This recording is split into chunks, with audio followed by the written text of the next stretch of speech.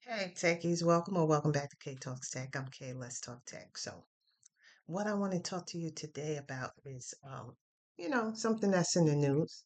So, I kind of been saying to you a lot that you really need to get those AI skills, right? So, today out on LinkedIn, I saw this article about um, what the Amazon CEO Andy Jassy said in a memo to Amazon's employees in June of 2025, so that's this month.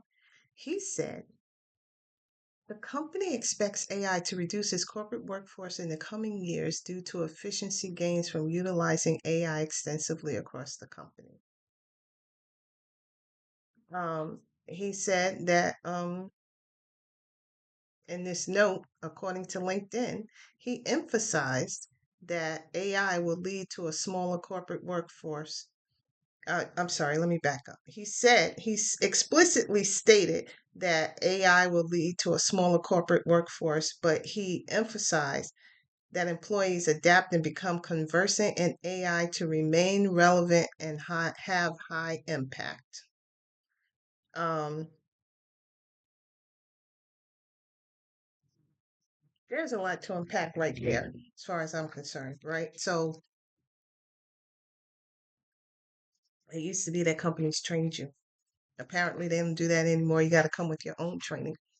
That's why I got all the certifications that I got, and I'm about to get some more. Um, he says he encouraged employees to embrace AI by educating themselves, attending trainings, and experimenting with AI tools. He highlighted Amazon's internal AI tools like Amazon Q and Cedric as resources for employees. Um, they restrict the use of tools like ChatGPT for work related purposes. Um, And it says here it caused some anxieties with the employees. Well, of course that did. It did. That's to be expected. So the future of work, huh? You definitely need those AI skills. Work is going to be extremely different within the next few years and probably unrecognizable in 10. But we have to find a way. Right now, people survive by working and making money, and we're going to have to find another way to do that. Or you can bring pressure to companies to have responsible AI practices where they're not just wholesale putting people out of work. Um, the best impact with that is to keep your money in your pocket. Nobody listens until it's impacting them. When it impacts the bottom line, that's when they're willing to listen. As long as they can keep adding AI and keep adding bots and making more money, they're going to do that. But if your sales decrease significantly, if nobody is buying because of those bots, I think that we're going to need some sort of union. We need like a people's union, you know, because this is something that has nothing to do with the silos that we all live in. This impacts everybody. And I'm not saying I don't want technology. Technology is supposed to make people's lives easier. That's the promise of technology, but we can't all live in tent cities or in the forest, okay? So there has to be some other way, right? This goes to my whole thoughts about work in general and systems that are set up. It's not that you can't profit or prosper, but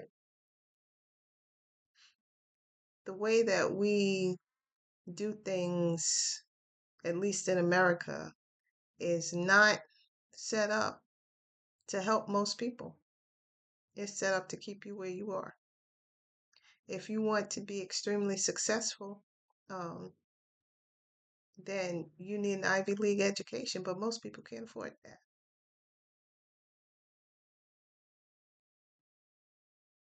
So without it, unlikely you're going to get there. Yeah, there's a few cases. There's always some exceptions to the rule, but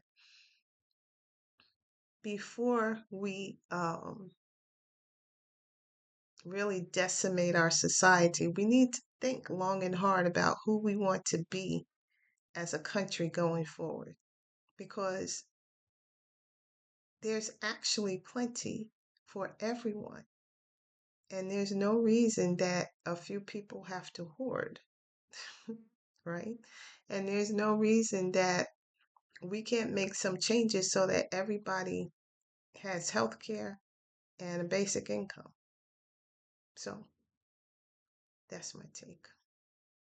Um, you definitely should learn AI.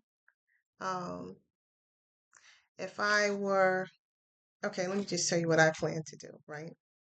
I am planning to to give myself an AI education. Okay. So in my list of certifications I plan to achieve before the end of the year, I've put together a little AI, not so much certification, but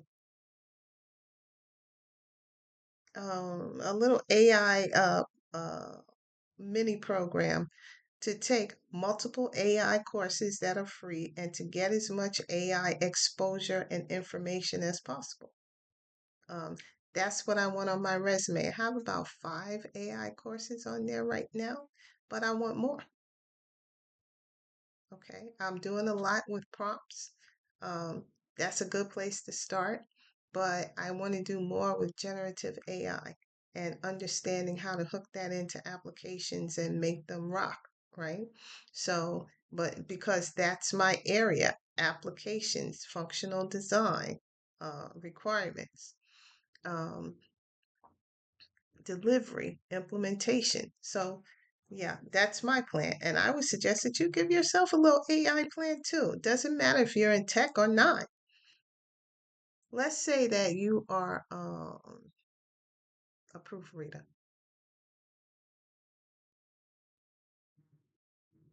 Can you put your document in AI and let it proofread it for you?